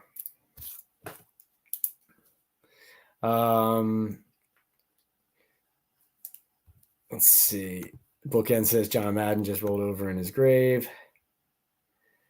The Giants can't – Born a G-Man says the Giants can't fix all the holes in one offseason, just want improvement of talent on the team. Yeah, that's fair. Francis says, I agree. If quarterback situation makes it a premium position and next year class is weaker, then go quarterback in first round, followed by receiver. Multi-year, multi-position rebuild. Belichick has a history of trading down, but he's gone, says Ryan Fisher. Well, don't worry. He'll be the Giants coach next year, so maybe he'll trade back for them. Oh, hey, like that. Just seeing if you guys are still awake. Jay Seward says we should not be trading draft capital. Michael says, I only based that on Phil Simms saying he thinks the Patriots like to trade down. Didn't see the Kraft quote. No, Elliot Wolf, who is making the decisions for them here, it is possible the Patriots trade down. That is something they're entertaining. I'm just saying personally, especially hearing Robert Kraft, I'm just saying, it's hard for me to envision them not taking a quarterback there. And Kraft's quote is one of the reasons why. D-Kit says, Pat, what is your definition of a successful draft for the Giants, assuming that we are limited to 6 picks? Ideally, I think the Giants get their quarterback at 6, whoever that is, and don't have to spend capital. I agree with you guys. Obviously, ideally, you're not spending it. But ideally, I think, you get that quarterback at 6. You get either a receiver or an offensive lineman, or if you're really high there on a corner, I could see maybe corner there, but I would still prefer receiver or offensive lineman there, maybe an offensive guard even to reinforce that interior. I think that interior, even though they've added some pieces, still needs more. They also need another tackle. So to me, it's quarterback. You want to get an offense. I would love to get QB, receiver, offensive guard, offensive tackle, corner, and let's say D tackle, though. Maybe in the later rounds, you're trading back a couple to get some more later round picks. That's what I would probably do. And then try to pick up a running back there as well and make it 7 picks or whatever that is instead of the 5 or 6. All right, let's see. Coming down the home stretch here. Thank you guys so much for all your participation here. Ryan says they should only be trading down for where this roster is. Francis says Patriots need a quarterback almost as bad as Giants. That is true, Francis. That is true. Jay says this team can't afford to be cute. Draft a number 1 wide receiver for once and go from there. Interesting. And Blazin' Brazen says amen. So you guys are on the – and does that go for no matter which one it is, Nabers, Harrison, and Dunze? You just want one of those 3? Jay says, thanks. That's the most team's problem when it's simple. Johnson says, Pat, make it happen. Don't let the Chiefs be the only team to get a jump on this new kickoff play. No, Jonathan, I'm gonna look into this guy for sure. Blazing Brazen says, how do they keep their circle tight? Well, that would just be Blazing Brazen, like for example, they have their group meetings, but Joe Shane and Brian Dable, let's say, and Tim McDonald, and Brandon Brown, let's call them the five. Maybe that's what was that, four? Maybe that's the four guys who, like, really, they're not going to articulate exactly who they prefer, who they want, and show their big board until it's just them sitting there, at least in these early weeks of April. And then once you get closer to the draft, that starts opening up kind of to the full room. But it's really about kind of keeping those grades and those rankings and those systems to like a defined small group of people. So, for Washington, that could be Adam Peters, Dan Quinn, and Martin Mayhew. For the the Bears, maybe it's just Poles and Eberflus and Kevin Warren, the team president, right? So like 3 or 4 people who are really more in the inside on that. Ryan says the Giants have had a ridiculous amount of information leaks for years. They need to end that immediately somehow. Oh, you've noticed. Blazing Brazen says they were a sieve under Gettleman with the leaks. Yes, they were. Good point. Mark says, why would anyone except number one do a trade before they were on the clock? Yeah, no, you need to have some certainty about some of the other variables before you make some of those moves.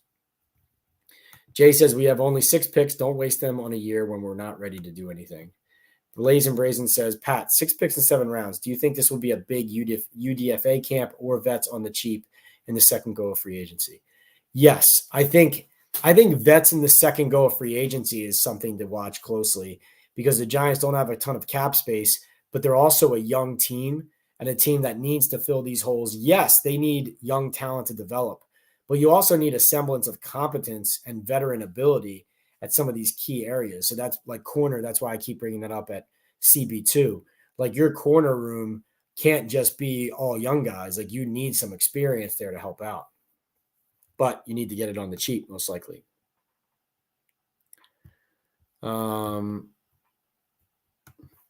Undefined says, what good is a wide receiver when the Giants don't use any plays over 15 yards? Touche, right? So that goes to the quarterback play. That goes to the offense they're running. That goes to the offensive lineman. So undefined, I'm kind of with you. With that. All right, let's see. Camille says, Washington tackle Troy Fa'atanu is a dog. Any word of him meeting with the Giants? Well, they checked in on him at the pro day. Don't know if they had a top 30 with Troy or if they had a top 30 yet. He's a guy who he's going to go in the first round. He'll probably be like in the the high teens there, like 10, 11, 12, 13, right around in that area, 14, like that'll be his area. So he'd probably be a trade down guy if the Giants move down the board, and then used a pick on an offensive lineman. That would be more his area, I think. Jay Stewart says, was reported the Giants had a 3rd private meeting with Drake May. Is it likely they have a trade in place for number 3 overall? Jay Stewart, who reported that? I didn't see that. Doesn't surprise me, but I did not see that. Listen. I hope that if something happens with the quarterbacks, trade up, like this kind of thing, I hope you guys understand, like that's where I'm steering you, right? I'm steering you towards that's where I think they're trying to go. That's where I think they should go. That's where I think they want to go is in the direction of a QB. Now, they might not be able to. It might be too costly. Like you guys are saying, you need these draft picks for other things as well. So, you guys make valid points on that. There's no question about it. But if the Giants have their guy, they're trying to go get him. Jay Stewart, let me know where you saw that report. I mean, maybe it happened while we were on here, but I didn't see it. Joey B says, Pat, I say we have a draft night live stream while you do your work and you pop in and chat with us while we watch the draft. No insider is doing anything like that. Yeah, Joey, I'm going to do something like that. I just have to find a private area during the draft at the Giants facility where we can do that. And I'm not bothering anybody because it's kind of a communal room where we have our own workspaces. But I'm with you, Joe. Francis says, great chat. Great chat. Thanks. You're welcome. Thank you, Francis, for making it good. I didn't know number 2 was most productive quarterback last season. Oh, yeah. I think the stat, let me see. These are just some of the stats on the Giants. I did a story for the Daily News. You can read it in the paper tomorrow or online right now. So Tyrod's QBR was 47.7. Daniels was 36.3. Tommy DeVito's was 23.7.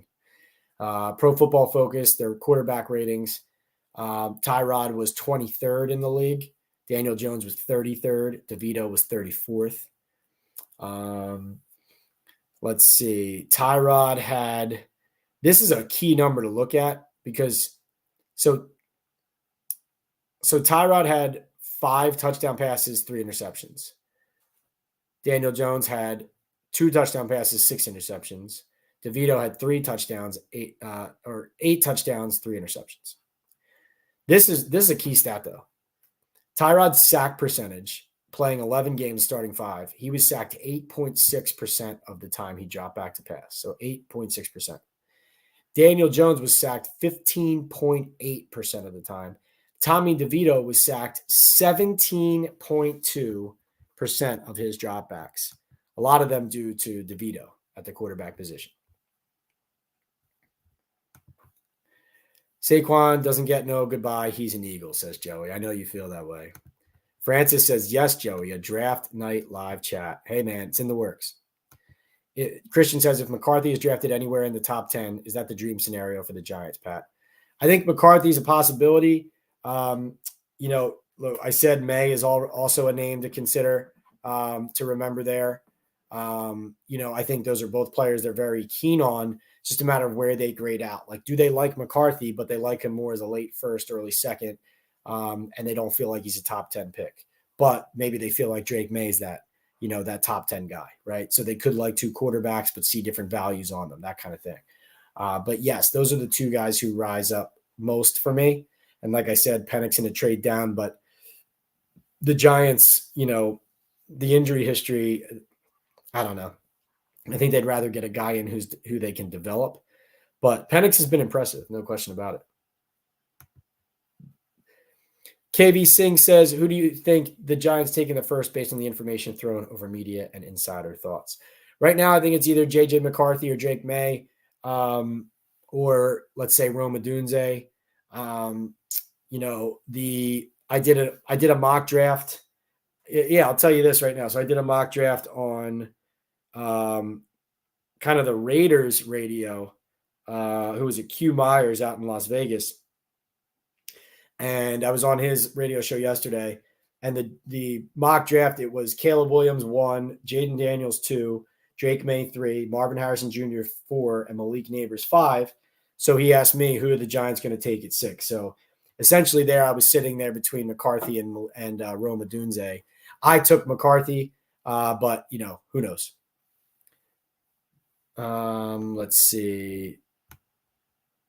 Saquon who, says Tudo. Wow.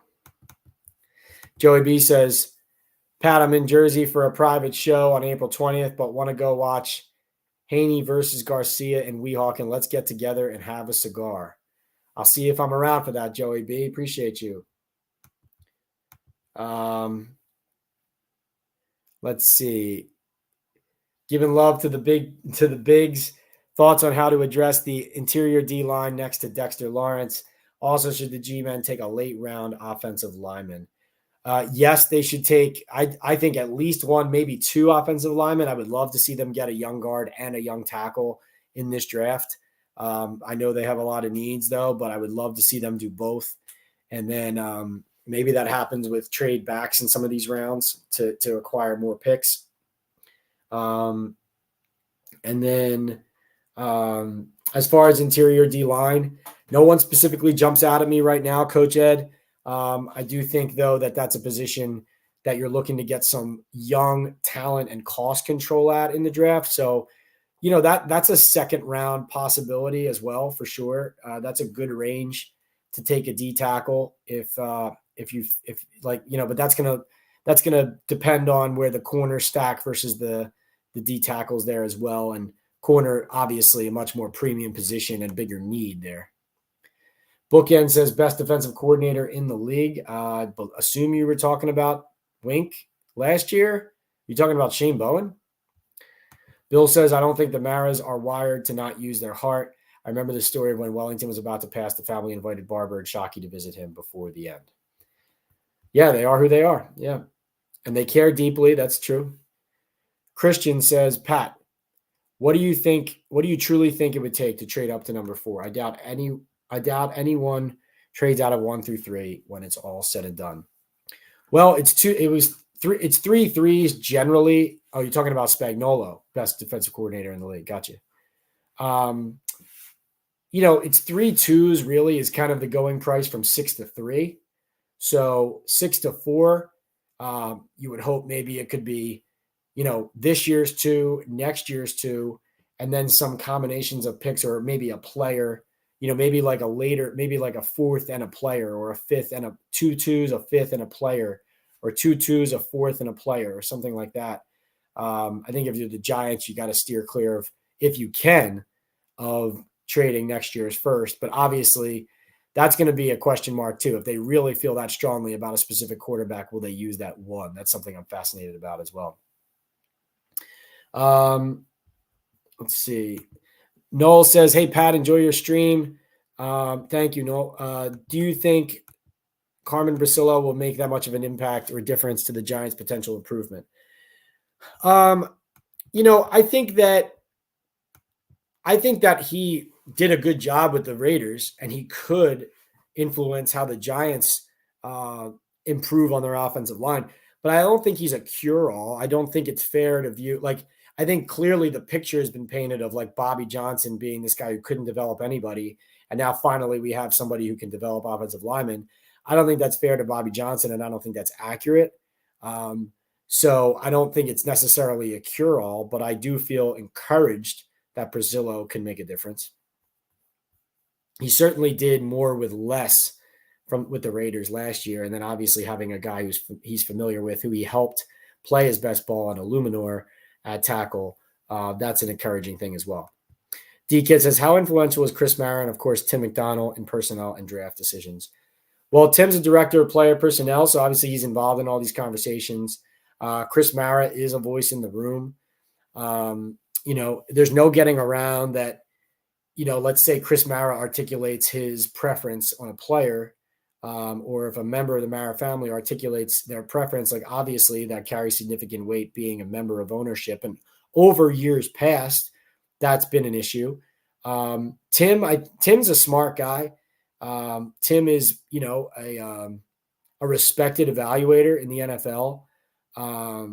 And he's a major part of their process, but it's not a scenario where he's not the general manager.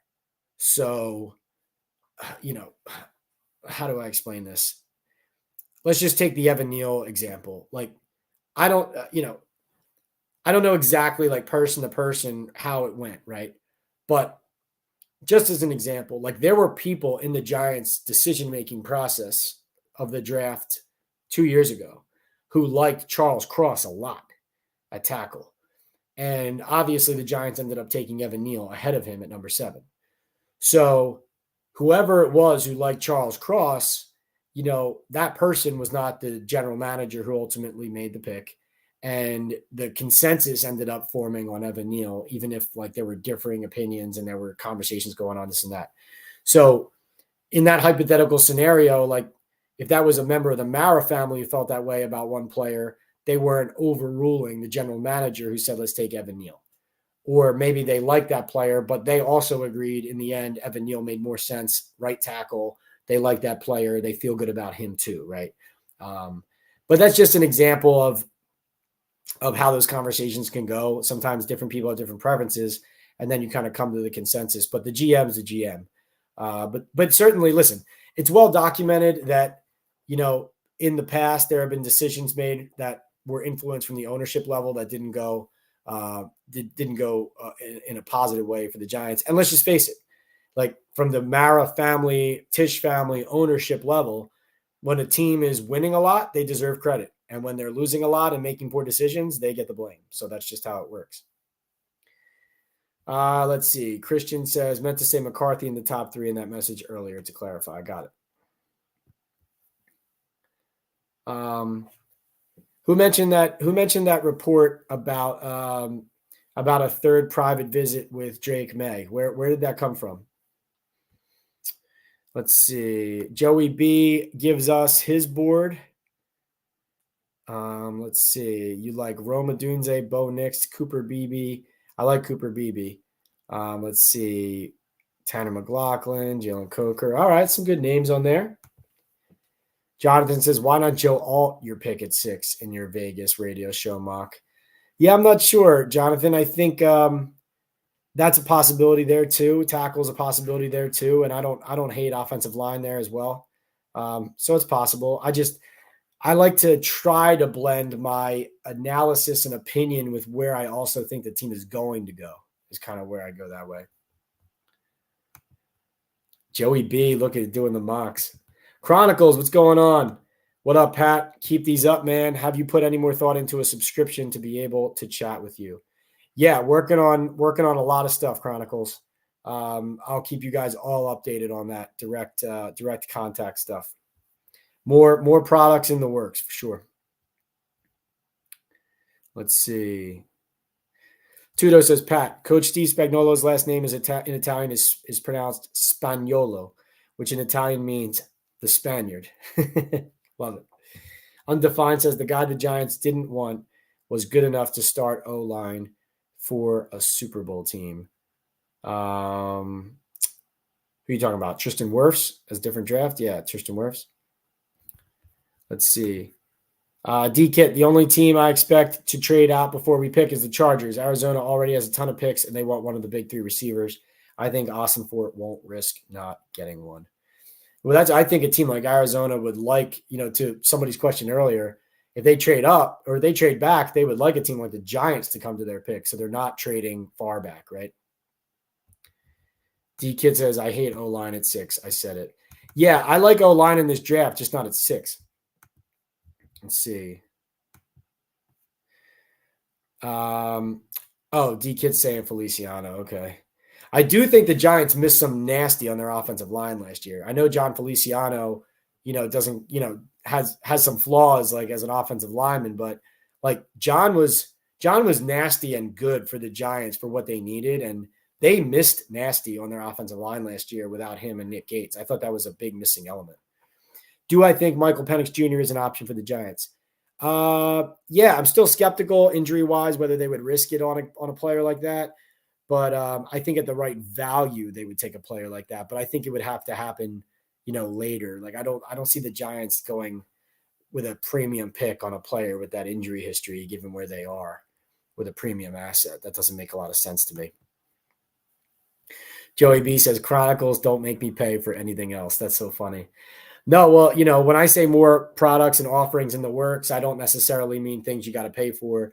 I do mean just building out this content to kind of help complement the brand and make sure that I'm getting news and information directly to you guys. And also really trying to ensure that when I have something that the people who are most loyal and dedicated and supportive of what we do here are the first ones to get it from me. And that you get it directly from me. So we'll see where that goes. This has been a great chat. As always, guys, you've been awesome. Remember, you can catch us Mondays and Thursdays. Next week, we're going to do one chat early in the week. Probably going to keep it regular and do Monday night. But I'm going to be away the second half of the week and early the following week. But then we're going to ramp it up to the draft. I'm going to have several podcast episodes coming out. A couple ones I'm really excited about coming out next week. I'm recording Monday and Tuesday. Check out my one with Dan Wiederer from the Chicago Tribune. It's up now. And my articles and coverage in the New York Daily News. Remember, we are sponsored by BetOnline and by Estate 98 Coffee. It's essentially a day cafe from El Salvador. Dates back to 1798. Joey B says JMS was supposed to bring the nasty. Can we bring Nick Gates back? I would love to have Nick Gates back in New York. Didn't end well, but would love to have him back. But this has been the Talkin Ball with Pat Leonard live Q&A. You guys make it go. We set a record for views in March, trying to do that again in April. Big NFL draft coming up for the Giants and in the league. Sounds like it's already Caleb Williams at 1, so Washington on the clock at 2. If not, it's already Jaden Daniels. We will see. Great chat, Pat, says Jonathan. Jonathan, thanks for being here.